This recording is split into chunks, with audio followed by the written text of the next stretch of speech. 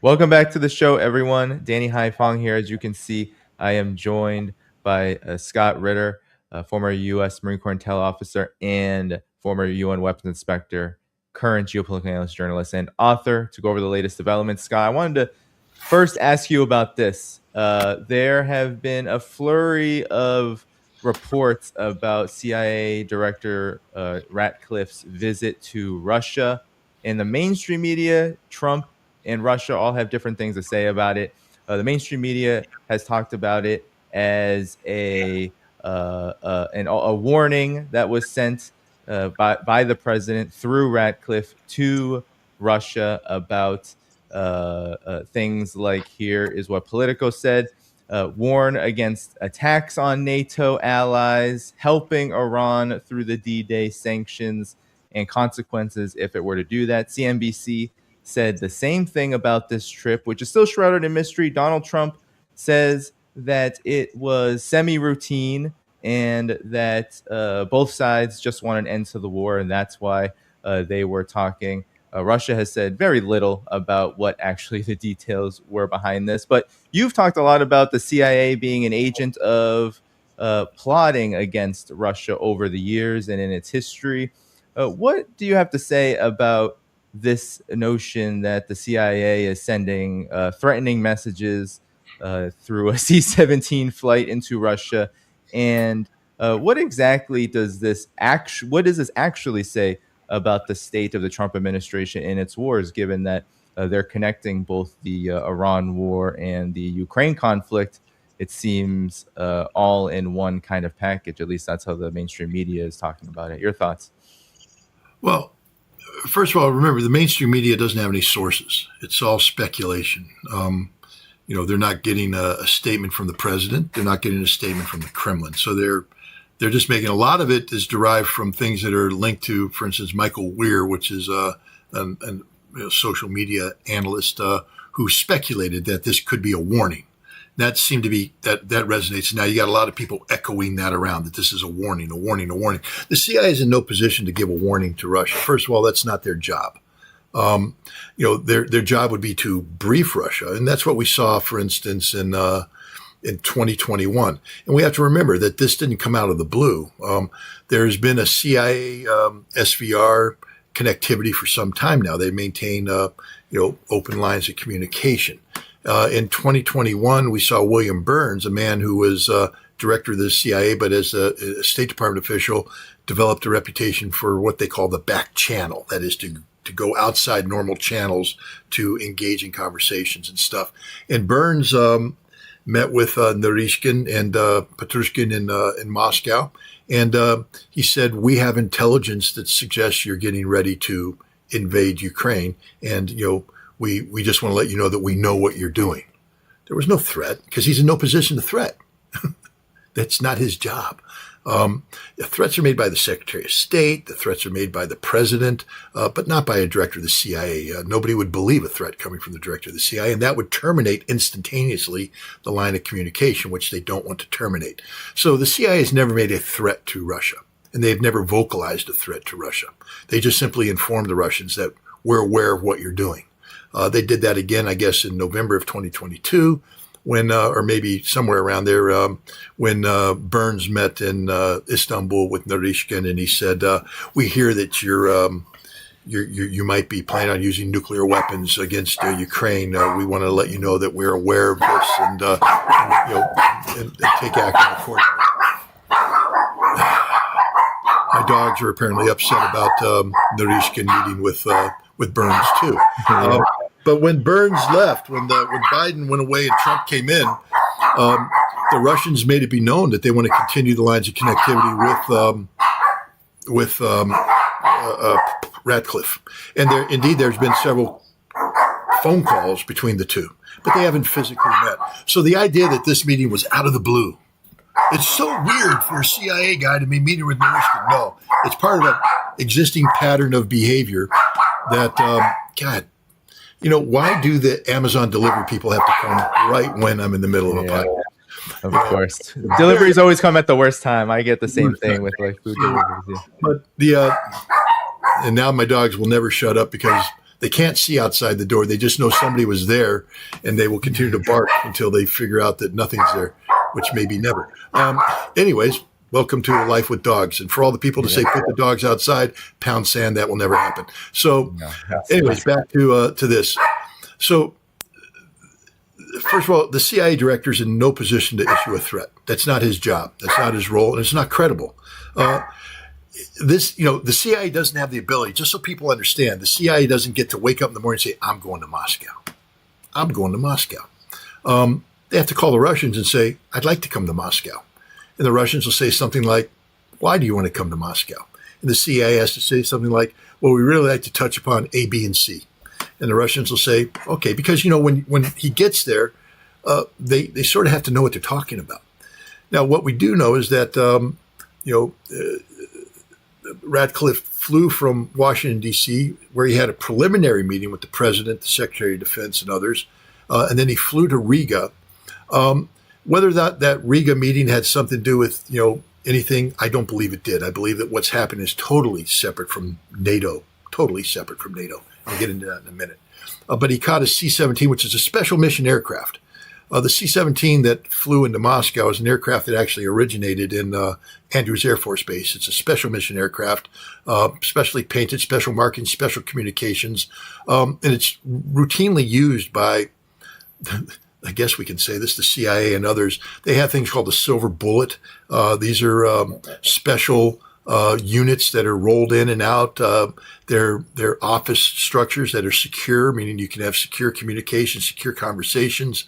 And so the Silver Bullet was loaded inside, which means that Burns is able to maintain secure connectivity with Washington, D.C. throughout, through encrypted communications. So this is why the C-17 was picked. It's a special mission aircraft, specifically configured for a high profile travel by senior government officials. But the C-17 has to get clearance into Russia. That means that it's not just a C-17, but the type. They have to explain the type because the Russians aren't going to, for instance, let a RC-135 penetrate Russian airspace. And so the Russians knew that this was happening. This was a cleared flight. It landed in Vnukovo. The idea that just, hey, we're a C-17 with the CIA director showing up in Vnukovo. You have to let us land. No, guys. This was all pre-cleared. Please understand that. And the Russians, if the CIA called up and said, we want to come in and issue a threat, the Russians would say, don't bother. Stay home. Please understand that the Russians aren't in the business of receiving threats from a director of the CIA. And the CIA director would have to give the Russians an inkling of what he wanted to talk about so that they're prepared. And so this notion of a threat is just absurd, and it's sort of embarrassing for anybody who pretends to say they know anything about Russia to say that that's what was happening. Because if it was, that means that the director lied to them and said, hey, I want to come in and talk about, Putin's nose-picking habits. And, all right, we'll talk about that. Then he lands and says, I'm threatening you. The Russians would say, get the F out. Go. It just wouldn't be the shortest conversation in the history of short conversations. So Ratcliffe went with a purpose. Now, what's interesting is nobody's talking about it. The Russians aren't talking about it. The White House isn't really talking about it, except to say some interesting things. He said, Trump said, you all will be disappointed by your speculation about a threat, about war with NATO, about all this stuff. He said it's sort of routine. That's an important word, routine. What do we know that Russia and the United States have been talking about for a long time? Iran's nuclear program.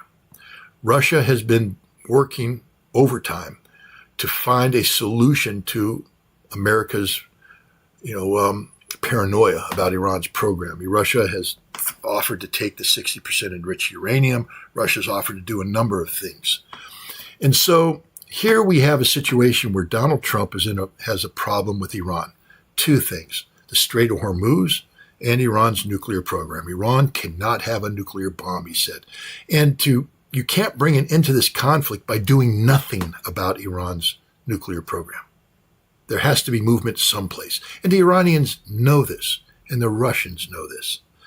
And so what happened today, a day after Ratcliffe's visit? Russia and Iran inked a $25 billion nuclear agreement.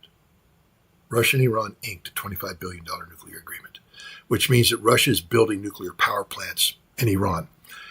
What's important about this is this comes a day or two after the Secretary of Commerce, I believe, came out and said, we have no opposition to Iran having a peaceful nuclear program with nuclear power. None whatsoever. They just can't have a nuclear weapons program. That's an interesting statement. Sort of came out of the blue. We support Iran having a nuclear power program. Okay. But that was a nuclear power program predicated on Iran having a robust nuclear enrichment program.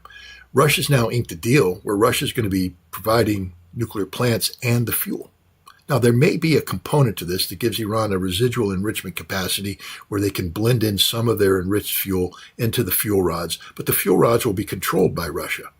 So whatever enrichment takes place leaves Iran, gets fuel. I'm speculating now because I haven't seen the actual document. But what I think happened here is that Trump said to the Russians, we have to end this conflict and I need a way out. He didn't maybe not put it that way, but the implication is we're looking for a way out.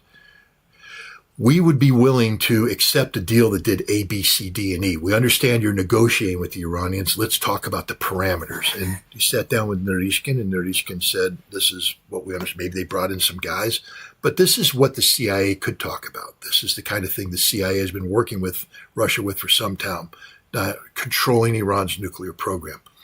I think that that's the core of what they talked about. And I think that if Russia follows through on getting Trump extricated from Iran successfully, which means politically successfully, that Trump is saying we can help bring an end to the Ukrainian conflict too. I don't think there's a direct quid pro quo because I think it's in Russia's interest to do what they're doing. Russia has always been somebody who is opposed to Iran's unlimited enrichment program. So, this is in their interest. But I think, too, there's, that Radcliffe is in possession of certain knowledge. What kind of knowledge, for instance? Radcliffe and the CIA has been directly involved in Ukraine's drone programs, the acquisition of drones and the employment of drones. We know this because the CIA collaborated with the New York Times to do a major article that was published in December of 2025, I believe, about just that, how the CIA has been involved in the targeting of Ukrainian drones against Russian energy infrastructure. That article came out at the same time that Ukraine launched 98 drones against the Valdai residence of Vladimir Putin while he was at residence on the phone with Donald Trump, an assassination attempt in any other words. And the Russians know this because they captured almost intact several of these FP-1 drones. And they took the guidance chips where all the guidance information is programmed in. And just people have to understand that to make things go up and down and all around, the data is organized in a certain way. There's certain algorithms that are programmed in that are done in certain places. Let's call it Wiesbaden, done by certain people. We'll call it, the U.S. Army. And, and there's certain signatures attached that when you unpackage that, it says that we have information about a radar here that you have to fly around. You have to fly below the horizon here. So all the things that tell the drone what to do are linked to intelligence information that's been collected and turned into an algorithm and the Russians had this. They already looked at it. They knew what it was. And they called in the American air attaché and they gave it to them. And they said, here, we know what you did. They didn't have to say that. They just said, here, why don't you take a look at this? Which means we know what you did. And when you look at this, you'll know that we know what you did. And so, Russia's fully aware of this, that the CIA has been heavily implicated in this. But Russia also knows a couple other things, too. And now it's public that Ukraine is out of drones and out of money. Why? Because they stole the money. $27 billion that was supposed to be used to fund their defense for the second half of 2026. They stole it, Fedorov, when he was defense minister, and spent it all on drones in the first half of 2026. Those are the drones that enabled Ukraine to do all the targeting that the CIA was doing. This was a concerted effort that the CIA backed to flood Russia with drones to achieve a certain result, and it has failed. And now the CIA director has to sit there and go, there's no money and there's no drones. And Russia won. And this is a problem for the CIA. So I think the CIA is in a position where they say, we can help throttle down the drone program because we're in control of that. So in exchange for you helping us get out of Iran, we can help throttle down. It's not going to be one of these, we're going to betray Ukraine. That's not how the United States operates, and that's not how these deals are made. But throttling down the drone program creates problems for Ukraine, and it leads to Ukraine being compelled to make certain concessions when it comes to negotiations. So it's an indirect approach. I think this is exactly what happened when Ratcliffe went to Moscow. Fact is, I'd actually put money on it, but yeah. Well, that's I think that's actually looking at the facts that we have at hand, and one of those facts too, Scott, about the drones. I mean, the United States said Ukraine stop firing drones at Russia in Russian territory, Moscow area, while this is happening, and Ukraine said, okay, boss, like that's that. I mean, that could very well that is how it works. It's 100% how it works. 100% how it works.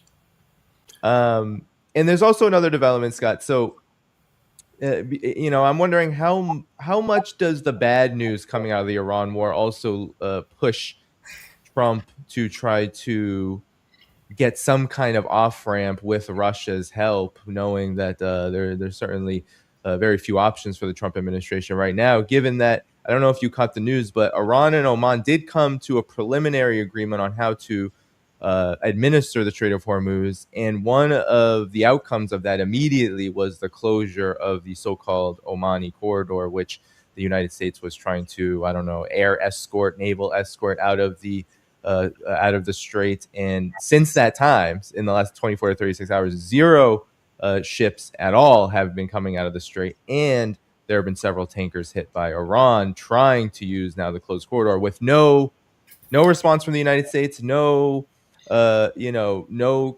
quibbling or anything from Oman or the U.S. or anyone in that area about it. So your thoughts on this, because the news is getting worse and worse. The oil situation is not good. The strategic reserves, the diesel season is coming, September to December, where there's going to be a lot of commercial activity hoped on around the holidays, and it's getting really bad. So, and some Republican advisors are saying they're just trying to hang on until the midterms. Sorry, I just read one of your comments. The more I talk, the stupider I look. Thanks. Sorry, I'm in a good mood today. So a lot of people would agree with you. So it is what it is. Look, again, we have to put things in perspective. Scott Bessent got up and gave a speech about the economic isolation of Iran. That is now the new strategy. So basically, the United States has walked away from seeking a military solution to the Strait of Hormuz because there is no military solution to the Strait of Hormuz. If the United States was in control of the Strait of Hormuz, then we wouldn't have to have Scott Bessent stand up and make a fool out of himself. We would just say, we're in control. We've got this under control. We don't. And that's reflective of the fact that Oman and Iran have this, this interim deal that basically removes American influence over shipping going through the Strait of Hormuz. But Bessent was about the isolation of Iran. But the curious thing about Bessent was that at the end of the day, after everything he said, when asked, well, what are you doing against Iran? Nothing. It's just a warning. Oh, okay. And what about secondary sanctions? How are you going to do that? We're not, because that would collapse the global economy. So why do you have Bessent stand up and make a statement like this, which was basically saying nothing? Because timing. Now we back up even further. The Speaker of the Iranian Parliament, who happens to be their lead negotiator, traveled to Iraq last week, I believe, I think last week. And when he arrived, he said something very curious. It caught my attention. He said that we know that the United States is looking for an elegant, face-saving way out of this conflict. So Iran recognizes that the United States is trying to leave, and it needs to be elegant and It needs to save face. So how do we do that? The big two sticking problems are the Strait of Hormuz and nuclear. We now have a situation where the Strait of Hormuz may be opened. The United States is not doing anything, as you said. Remember, Iran doesn't have to convince the American people of anything. First of all, the American people won't believe anything the Iranians say, no matter what. It's Trump that has to convince the American people. And he doesn't have to convince the American people by telling the truth. He just has to create perception. Perception creates its own reality. The vast majority of the American people are dumber than dirt about the world we live in. They don't know anything about the Strait of Hormuz. They don't know anything about the fine details. They just know about oil flowing through and gas prices going down. Please understand that's literally the simplistic approach the American people take. So if President Trump can say, because of me, oil is increasing its flow through the Strait of Hormuz, and you're seeing a direct impact at the pump. Price of gas is lowering. The idiots that populate the United States of America will say, wow, Donnie, thank you. You solved all our problems. And Donnie can say it's only because Scott Bessent stood up and threatened them with the economic hammer. That's why Iran did this.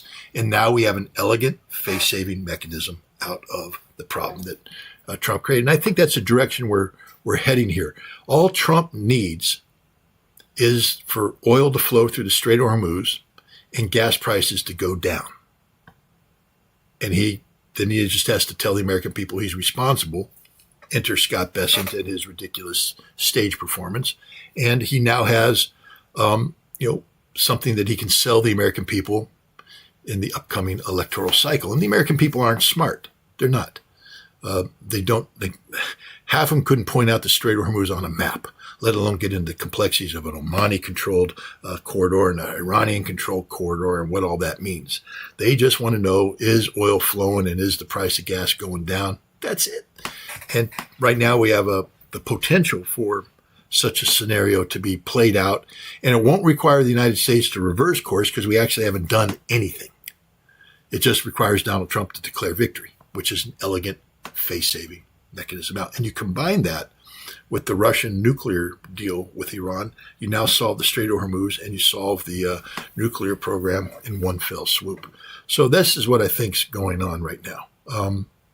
It's hard to say because, again, we're talking about Donald Trump. We're talking about the Trump administration. But I do think that we basically have to recognize that even though Trump is emotionally unstable, the one thing he cares about is the legacy of Donald Trump, the legacy of the Trump family. And he knows that it is under risk. I mean, Hakeem Jeffries just came out and basically said, we win the midterms and we are going to go after every member of the Trump administration hard. So they know this. This is an existential struggle for Trump and his supporters. They have to win the midterm elections. And I think that he's not going to mess around. He's not going to sit here and play stupid games because he already did that and he lost. He needs oil prices to go down. He needs, the perception of an American victory. And if he can come out and say that because of me, I now have better control over the Iranian nuclear program because now we've limited it to basically a Russian thing, which, by the way, parallels what we're doing with Saudi Arabia. So it's America and Russia working together to, and this is a serious statement I'm about to make. If the Russian deal goes through and America's deal with Saudi Arabia goes through, those are two balancing acts, both of which comply with the Nuclear Non-Proliferation Treaty, both of which push the region away from the acquisition of nuclear weapons. Saudi Arabia getting nuclear power is seen as an offset to Iran's acquisition of nuclear power. But because Iran's acquisition of nuclear power is done through the Russians and Saudis do through America, they're both controlled and they can be monitored by, the International Monitoring Agency, the IAEA. So this actually, if it happens, is a really, really good thing. Because you remember just 6 months ago, everybody's talking about, well, Iran's going to withdraw from the NPT. And when they do that, Saudi Arabia is going to, demand access to nuclear weapons. And everybody's talking about massive proliferation.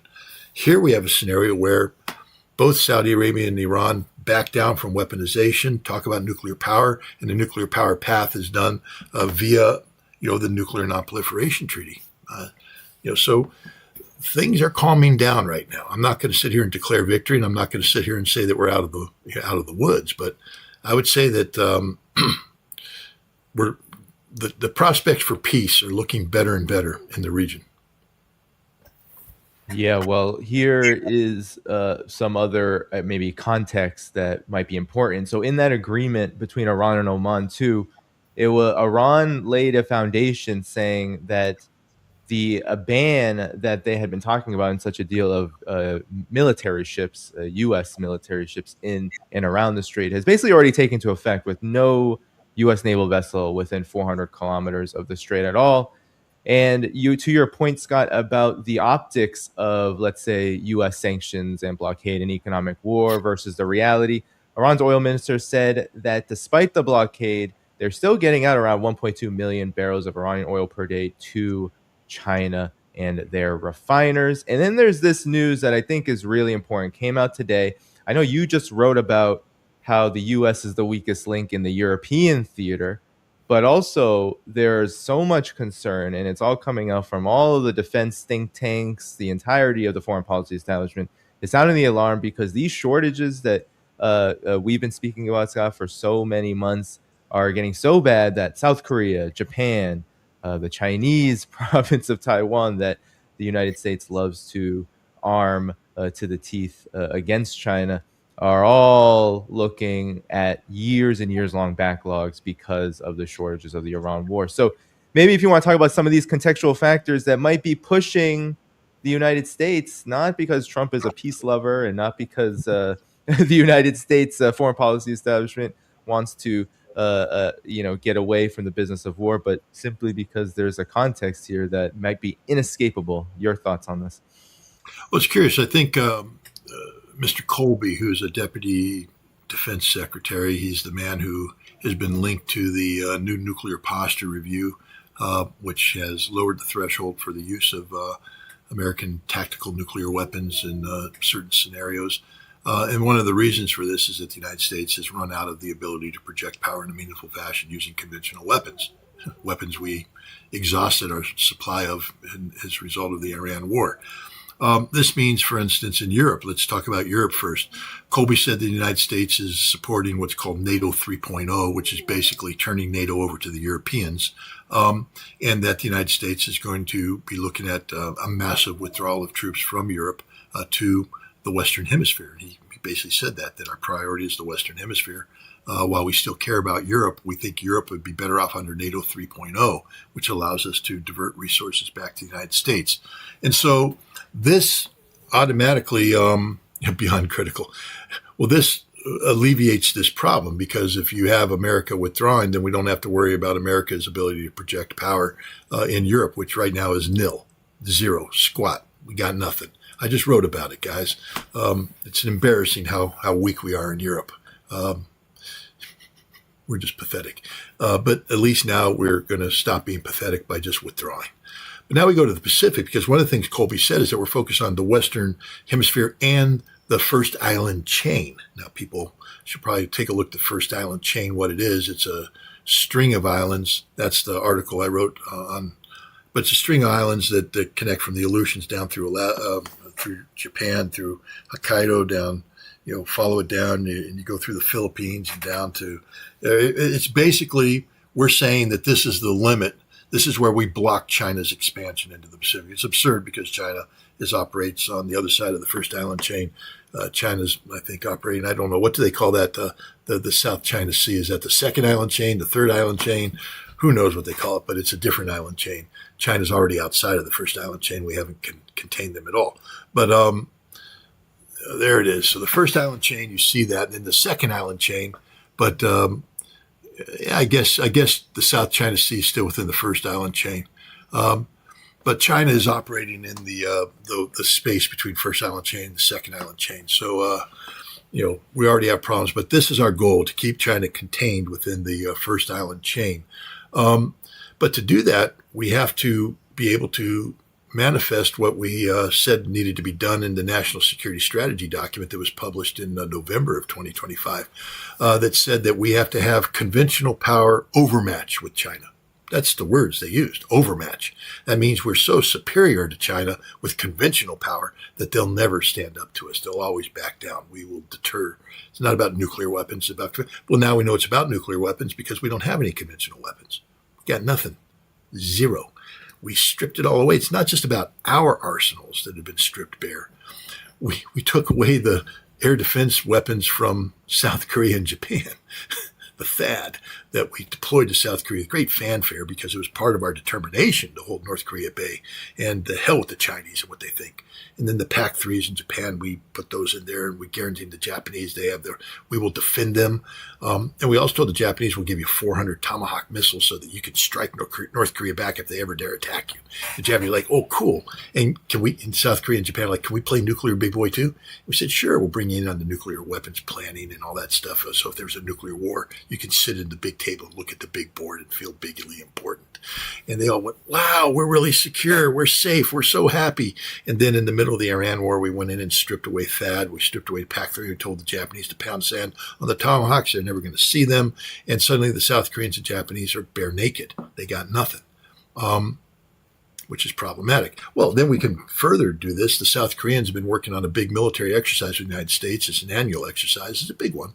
And the United States have told the South Koreans that we really have to pay attention to North Korea and the threat from North Korea because North Korea sent tens of thousands of troops off to fight against Ukraine, and they learned Western-style warfare, which we ourselves aren't perfected on. And now they've come back, and so they're going to introduce Western-style warfare into the Korean Peninsula. And the South Koreans went, whoa, we're really frightened by this. Help us out. We said, don't worry, we're going to have an exercise where this is what we focus on. We've done this whole exercise so that we're focusing on how to respond to a North Korean, Western-style warfare. Oh, yeah, the day before the exercise was to begin, the President of the United States unilaterally said, now we're going to significantly reduce our participation in this exercise. What signals does that send to South Korea? Because now this exercise, which is about responding to North Korea's increased capabilities, is gone. North Korea, meanwhile, has sent a brigade of ballistic missile launchers to Russia, and they are currently launching ballistic missiles into Ukraine as we speak. So they're getting combat experience in the employment of ballistic missiles. That'll help them in any potential conflict too. So this is the reality. The United States has no weapons. Now imagine being Taiwan, and you've been told that America is there to protect you, and America will always protect you, and we're there. Don't worry about it. And now waking up to the reality that America can't protect you, that America doesn't have any capacity to protect you. This is problematic too. And so this is the reality of the situation where the United States has literally lost all capacity to wage conventional warfare because we exhausted ourselves and we're not going to recover. And the only way that we continue to be able to project any meaningful military appearance is to tell the Chinese that while we don't have conventional overmatch against you, if you attack us or we get engaged, understand we will go nuclear early. Straight up, started off, nuclear weapons. Do we really want to live in that world? Imagine being Japan because, Danny, I'd like to know your opinion on this, but I don't think China will ever use a nuclear weapon against Taiwan. Why? Because Taiwan's China. Please understand that the Chinese view Taiwan as China. So China's not going to nuke itself. Isn't going to happen. Nor are they going to destroy Taiwan. They're not in the business of destroying themselves. So if the United States goes nuclear, guess who's going to get nuked? Japan. Now imagine the Japanese sitting there going, wait a minute, what? You're going to do what? Use nuclear weapons against China and what? They're going to nuke us. Not Taiwan, Japan. Japan's going to get nuked. So this changes everything. It changes the fundamental understanding. And now we have to talk about Europe for a second, because I'd be interested to know what signals the United States is giving Great Britain and Europe and NATO about the expanded drone campaign. Because if the CIA is saying we're going to we had the potential of reducing our involvement with Ukrainian drone operations, and you have the British saying, well, we're going to fill that vacuum. Now you had Maria Zakharova come out yesterday and say, yeah, well, say goodbye to Britain. If you guys do this, understand that we will take out your defense industry capabilities involved in this, those in Ukraine and elsewhere. And they're dead serious about this. The Russians just aren't playing anymore. So now is Andy Burnham going to commit suicide? And there's a lot of people thinking that if they do this, the United States will back Europe. And rather than a threat, I think one of the things that the director told Narishkin is, we will do everything in our power to stop the escalation of the drone war.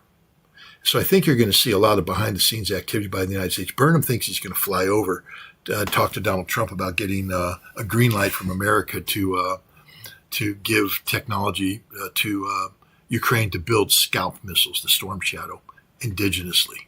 They're making movement in that direction. It'd be interesting to see what the United States says about this, what the Trump administration says about this. They really do need to shut it down. Scott Ritter doesn't know what happened during the Chinese Civil War. What? How do you know that? I mean, how do they know what I know? Danny, I'm just curious. I mean, it's not like I have a library of books downstairs about the Chinese Civil War. I haven't been following that issue at all. I don't know who Chiang Kai-shek is. Nothing about that. I don't know about Mao's Long March. What the hell would I know about this stuff? Nothing. I'm sorry. I just saw that comment in it. I'm in a good mood, so I'm just like, okay, I know nothing. I'm a stupid person who gets everything wrong, who knows nothing about the Chinese Civil War. Brutal. Anyway, that's my no. Well, I was gonna say, of course, there's always someone in the audience that that loves likes me. to go in those places. Yeah, rage baiting is a real thing online, unfortunately, in these spaces. But to your thoughts about Japan and the situation there, I know very well many people who tell me in China, people have family in China, they say that there is a heavy sentiment of, Japan is the one looking like they want to be out front. They're doing the US's dirty work. It's almost like they're asking for, if there's a war to break out, that Japan will be the one that's attacked. Whether that's nuclear weapons, of course, we don't know. But there is a sentiment, and not only because there's, decades and decades and decades and decades of this horrific history, but there is nuclear weapons is this is important, because I understand your hesitancy to talk about China nuking Japan, but right. Understand this. Right now, the world has a certain deterrence philosophy that's premised on the notion that nuclear wars can't be won, therefore nuclear weapons can never be used. We signed a statement to that effect in February of 2022. Now, we violated that. We know that in November of 2024, the Biden administration was ready to go to nuclear war with Russia, and that they had actually have a plan, as the head of plans for Strategic Command told CSIS in November, we're ready to have a nuclear exchange with Russia that we will win. That means that the philosophy is that nuclear wars can be won, therefore we will use nuclear weapons. The CIA briefed Congress there's a greater than 50% chance that there would be a nuclear war before the end of 2024. So, the United States have been operating in a sort of a nuclear free fire zone mode for a while now. Trump supposedly tampered that down, but now with Colby's talk about early use of tactical nuclear weapons, that means that somebody believes that we can use nuclear weapons and get away with it. The problem here is as follows. If nuclear wars can't be won, therefore nuclear weapons can never be used, what happens if a nuclear weapon is used? It means nuclear weapons can be used because we believe nuclear wars can be won. That means that is the policy of the United States. Now, if every other nation maintains a policy of nuclear wars can't be won, therefore nuclear weapons can never be used, you understand they're in an inferior position at that point in time. Neither Russia nor China will allow this kind of imbalance of nuclear posture to exist. So if the United States were to use a nuclear weapon against China, it's a 100% guarantee in my mind 100%. That Japan will be struck by a nuclear weapon. That's why I meant that. I don't mean that China is looking to lead with a nuclear attack. But if the U.S. unleashes the nuclear genie, Japan disappears. And Japan needs to know that. Japan, after all, is the enemy state, legally. And what they're doing is a violation of their obligations under the United Nations Charter. They're not allowed to remilitarize. People should understand that. And so Japan is not the victim here. They're the aggressor. Same thing with Germany. Germany is an enemy state. classified as such by the United Nations Charter. And they're not allowed to remilitarize. And so when Mertz talks about building a 400,000 man army, the strongest army in Europe, and marching nach Osten to march on the east towards Russia, that automatically allows Russia to attack Germany because that's what the United Nations Charter says. Any defeated state that seeks to remilitarize and repeat the mistakes of the past can be attacked at any time by one of the victorious states without getting permission of the Security Council. That's where we stand today. So Japan and Germany need to sort of watch out what they're doing because they are really, really playing with fire here. And isn't it interesting that both of those countries are maybe the two most subservient when it comes to those forces you're talking about, who are flirting with not just war but nuclear war? That's in Washington. I mean, that's the reality. That's a very sad reality. And yes, I agree, Scott. And I think despite China having no first use policy goes out the window when there's a use of nuclear weapons. And it's not first use anymore. Yeah, and there is a heavy sentiment. This is an important context too. A heavy sentiment in China that Japan is going down the path of where Japan was not too long ago with China, which is active aggressor, ready to make a really stupid move because this isn't 1930, 35, 40, 45 anymore. Make a really stupid move to go to war with China on behalf of those in Washington who want to see that. So it is really dangerous. And I think Japan is really on the front lines there because it is also the country that's probably the least likely to back down given how many years now, and this is what a lot of people in China complain about, and what a lot of Chinese complain about, is there's a lot of anti-China sentiment in Japan. Just there still is. And it has only gotten worse since this push to remilitarize because it's all been geared around targeting China. And that's their elite's problem that they've created. But it has a big effect all across that country. So yeah, we're looking at really serious times. But to you, Scott, because I think some may underestimate this threat, given that Russia, China, that they are nuclear armed. But there are people crazy enough in Washington to contemplate, and if there are people willing to contemplate, hell, nobody was really predicting. I guess some people claim they were predicting the Iran war was going to happen at the time that it did, but most people weren't expecting it to happen at the time that it did, and then it happened. So I guess predictions can be, or future-based analysis, as we've all found out, can be a difficult thing to harness. But the facts, it's like being yeah. But if the facts are there to even just implicate that a possibility, then it's a possibility. But your thoughts? Well, I mean, here's the thing. It is the duty and responsibility of analysts to play the role of Cassandra. That's a reference to the Odyssey. But Cassandra was the daughter of King Priam, I guess, of Troy, the sister of whoever the hell he was, who got dragged around by Achilles, Hector. But she's the one who said, don't go down this path. She sees the Troy burning. She said, don't let the Trojan horse in, and all this kind of stuff. And everybody ignored her. And we have a responsibility as analysts to, collect data, assess data, and then, to talk.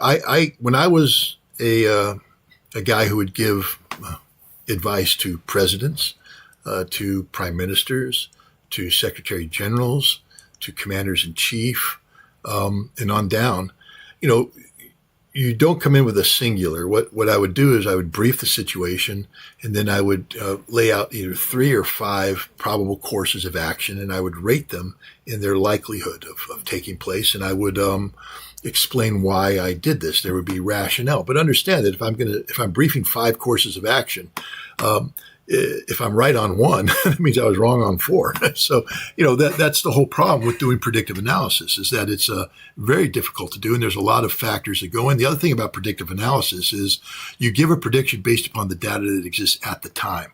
But when you're in a situation like this, where we have fluid developments, I think one can say that the threat assessment analysis done in the Pacific in February of this year differed far greatly than that being done today.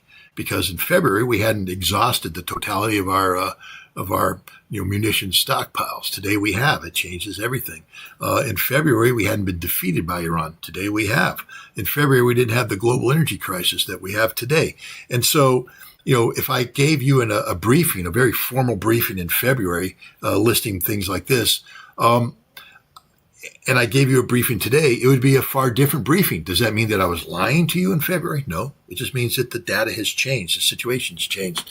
And one of the things you do as an analyst is you constantly reevaluate the data and bounce it off of the assessments you've made to test the validity of the assessment, and you change the assessment when required. That's what a good analyst does. And you'll modify your 5 probable courses of action. Again, if one is right, that means 4 are wrong. So you're going to be wrong, 80% of the time. But that's the world of predictive analysis. So I just would ask people to be patient. This is a tough thing that Danny is asking me to do, and it's a tough thing people ask Danny to do. It's a task that is not appreciated because people like to pretend that they know more than anybody else, and when you get it wrong, they say you got it wrong. But I don't think we're getting it wrong with malice. We're getting it wrong by trying to do a good thing. So here we have a situation today where the data set has fundamentally changed. Can we agree on that? That the data set we're dealing with here today is a unique data set that wasn't viable, I don't know, even 2 months ago.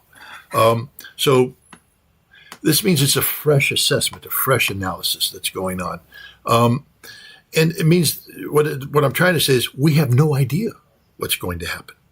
None whatsoever. What we can do is look at things practically. And one of the things we look at things practically is through past patterns of behavior. This is an important thing.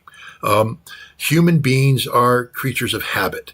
And human beings, when they gather together in organizational structures, maintain that. And so what we can say is, even though the data set has changed, when we superimpose behavior patterns undertaken by organizations and nations, those behaving patterns tend to be consistent over time. And this is why, even though we speak of the potential of conflict, the danger of conflict right now in the Pacific, because the data sets have changed, the behavior patterns, however, would dictate that we don't have that high of a risk of combat. Look at Taiwan itself. Taiwan itself is not a nation state that is singularly focused on independence from China. In fact, there's a lot of dynamic going on, political dynamic in Taiwan, which is moving them in the opposite direction. The presidency, yes, is controlled by a Taiwanese nationalist, but the parliament is controlled by, what is Chiang Kai-shek's party? The Kuomintang. Who's Chiang Kai-shek? Was he involved in the Civil War of China? I don't know. But the Kuomintang party is there. And they are actually sending delegations to mainland China to meet with the Chinese Communist Party to talk about, how we can move forward, how Taiwan and China can move forward together to get away from this independence-minded stuff, how they can come together.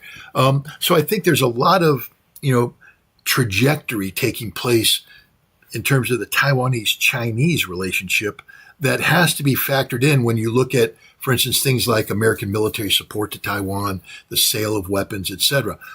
Just because if you look at the sale of weapons and the American military support, it would be suggestive that Taiwan is preparing for a war with China. I think the exact opposite is taking place, that China is actually preparing for an economic union with China that will lead to some sort of political resolution of this thing. Maybe two flags, one nation. I don't know what they call that thing. One country, two systems, maybe. One country, two systems.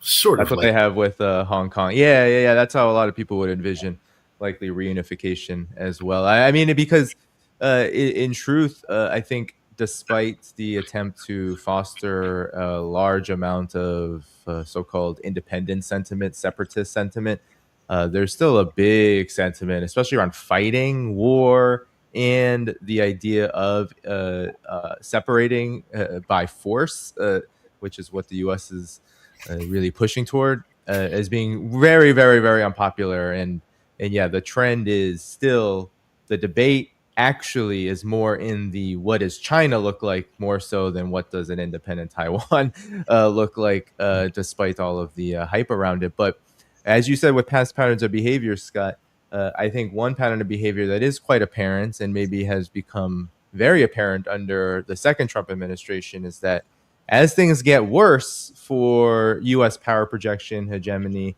and this thing called an empire, that some have called it, there is also the tendency for those who talk about nuclear, tactical nuclear weapons, like an Eldridge Cloby or the Pete Hegseths on the other side of the maybe obnoxious spectrum. They tend to take actions that might be not only counterproductive, but also quite dangerous and incredibly unpredictable, in the sense that uh, those with rational minds who might even be thinking, well, what would someone who's making foreign policy for the various interests that U.S. foreign policy serve, what would they do? Maybe this isn't the correct trajectory, but they do it anyway, as we saw with Iran, and as we've seen with the continuation of the Ukraine conflict. So your thoughts on this, because I think this also speaks to the dangers of nuclear conflict, because while of course there should be no threat of actual war between U.S. and China, given the balance of forces, then you have people who still talk about it, plan about it, and patterns of behavior. How does that influence those who actually pull the levers?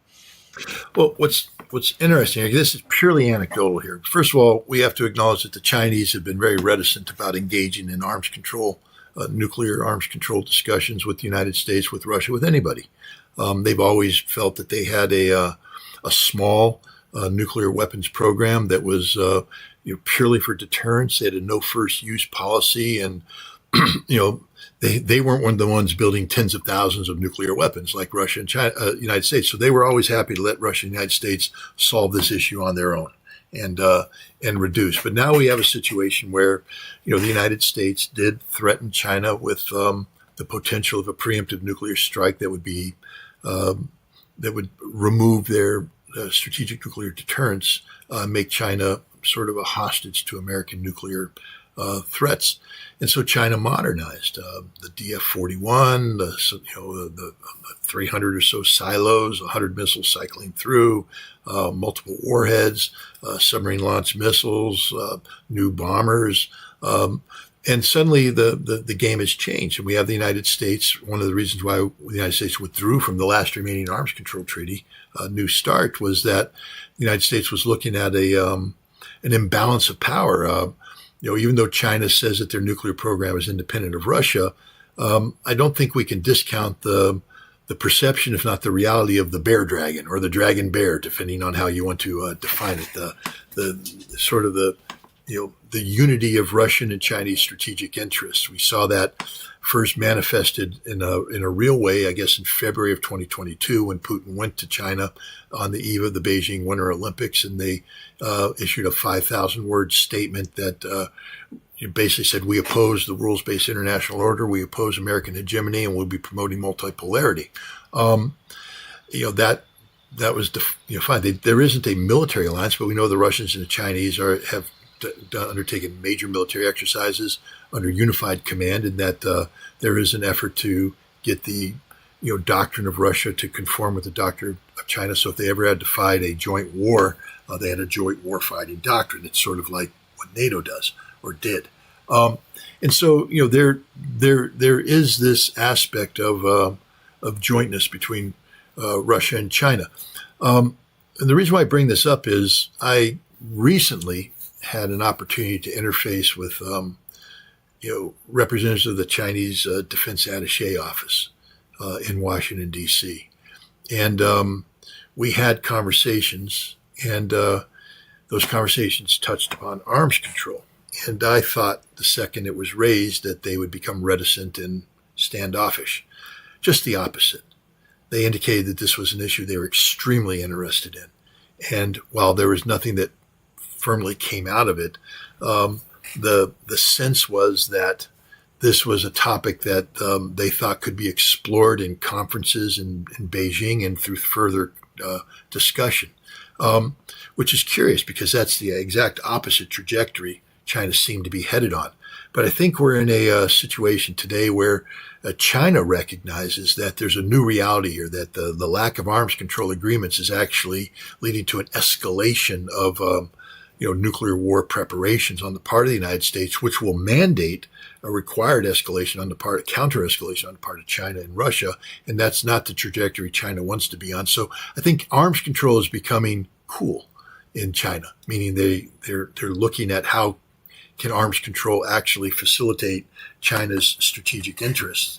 And this is good news because up until now, China's been very reticent about that. Now, this doesn't mean anything. This isn't official Chinese policy. This is purely anecdotal information. But the point is, that's all we have to operate on. At least that's all I have to operate on until more information becomes apparent. But, whereas the United States and Russia seem to have found no common ground to further strategic nuclear arms reduction talks, China seems to at least be open to, having conversations about this topic. And that could always be the start because, one of the things that's kept the United States from pursuing a traditional bilateral arms control relationship with Russia is its concern about China. And so now maybe China will find a way to get into the mix. And who knows, maybe someday we'll be talking about arms control being back on the table right now, which would be a really, really good thing. Yeah, it would be definitely, especially with the way that Washington is going. It would be a very good thing. All right, Scott. Well, this was a great show. We have one super chat here. Where's Congress? Spineless bunch of beaches. Well, I guess you could say that about every single thing we've talked about today. I don't know what they were replying to at 2:33, but thank you so much for that. And then thank you for becoming a new member there. Scott, I want to make sure everybody knows that your website in Substack, scottritter.com, is in the video description below so people can support you. Do you have any final words before I hit end stream here? No, thanks for having me. I just want to remind your audience that both you and I are independent journalists, and that means that we exist because of the support that you provide. I'm prepared to go to Russia very soon to repeat my June trip, which I think was very productive in terms of output. As an independent journalist, I can only make those trips if I receive support from people through donations. And so I would ask anybody who thinks that the work I do is worthwhile to go to the donation section on my Substack page and donate. I'm about 50% of where I need to be to make this trip 100% viable. But I would also ask that you support Danny Haifong and the important work that he's doing too. And that's it. We independent journalists can't be independent if we have to rely on corporate support. We need to rely upon the supporters like you, the people in this audience. So thanks for your past support, and hopefully we can continue to do good work together. Indeed. Yes. Everybody, thanks so much for viewing today. You heard Scott. Do support him if you're able. There's his website up there, and then in the video description below, you can find the link. Everybody, I'll be back tomorrow with Professor Richard Wolff to talk economy, global economy, geopolitics, 2 p.m. Eastern time, same time, August 28th. All the links in the to support this channel in the video description below. Hit the like button. That's a free way to make sure more people hear Scott, more people hear what we had to say today and our updates on the latest. So until next time, everyone, without further ado, I will see you all tomorrow, hopefully at 2 p.m. Eastern time, August 28th.